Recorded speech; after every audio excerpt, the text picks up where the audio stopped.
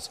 Now, we're going to get to steps 2 and 3 a bit later in the show. But right now we have Senator Judd Gregg, Republican from New Hampshire, the ranking member of the Senate Budget Committee. Mr. Gregg, welcome back. Can we do it? All right, thanks. 2008 of course we budget can. freeze.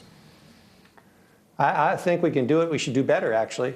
I believe we should cut by 2% every year for the next 5 years the appropriations on the discretionary side of the ledger, so that we reduce by 10% our appropriations accounts. We've seen a massive increase in appropriations accounts on the discretionary side. Those are the monies that are spent at the choice of Congress on a lot of different things.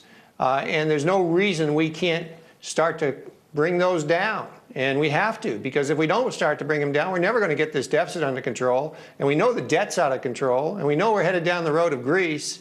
And so we got to act. I mean, England showed us they can do it. They're reducing their spending accounts by a great deal more than that, almost twice that. There's no reason we can't do that too. You know, there's an awful lot of program out there today that just exists because it exists, because it's there and people want to spend on it next year what they spent on it last year, or add another 2 or 3% to that. Nothing at the federal level ever lapses or ends. We can end some of this stuff. Why can't we? There's no reason we can't do that. Why, Senator, why can't we take 5 to 10% off the less essential spending all across the... You've got departments, commerce and labor. You've got bloated departments, education.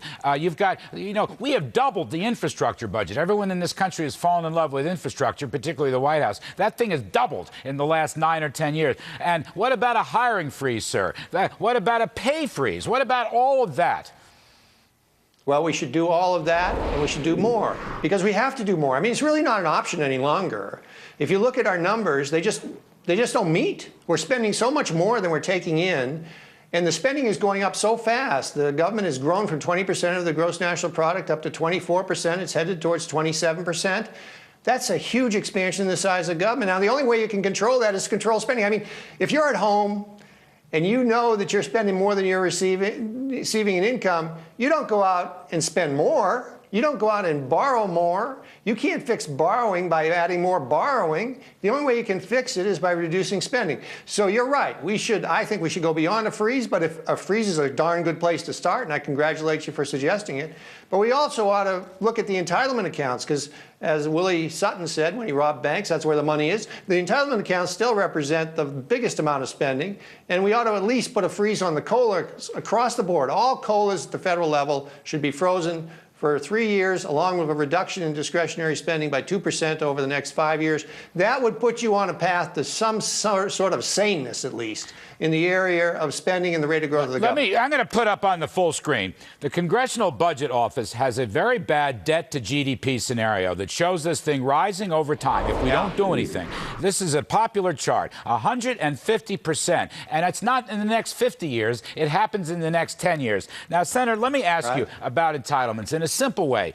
And remember, Greece was nowhere near that. I do remember Greece. Unfortunately, Greece is still around. But here's the thing. My question is, why can't we hold entitlement spending to, let's say, a rule of itself? Like, entitlements should not grow faster than nominal GDP, which I'm going to say is 5% per year. Why can't we do that to impose some disciplinary rulemaking along with this spending freeze for discretionary?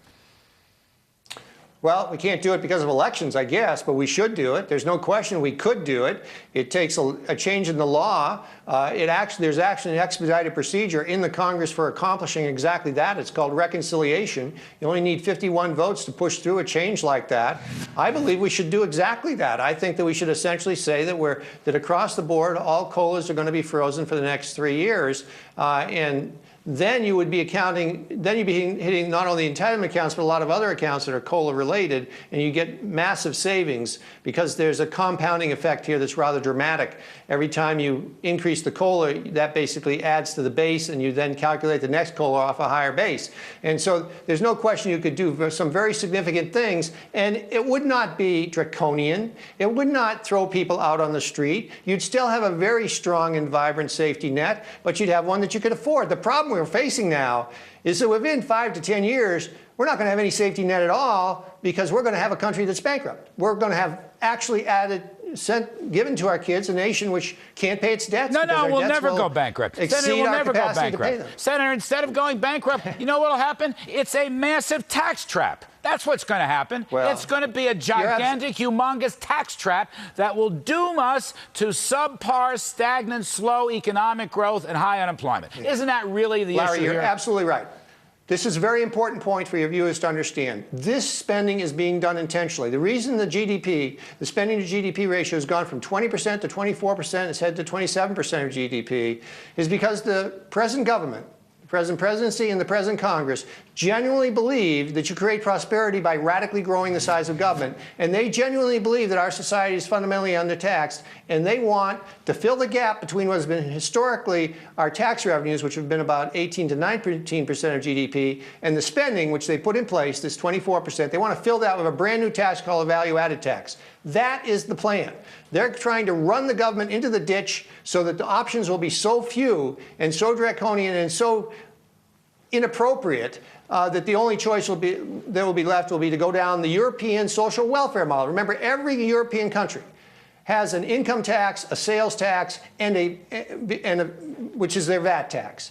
And what they see is the United States only has an income tax. So they say, well, we can obviously take the European model. If we go down the European road of expanding our government dramatically, which is what they're planning to do and what they've actually done with the health care bill specifically, then we can fill that gap by going down the European model of a VAT tax.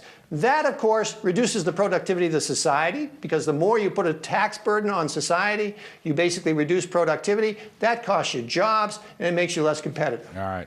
I got to leave it there, Senator. I appreciate the support on this. I want to see this freeze, whatever. Maybe it's a minus 2% freeze on spending, and then hold it for a good 10 years. Senator Judd Gregg, thank you very much for your own work on all this down through the years. Coming up.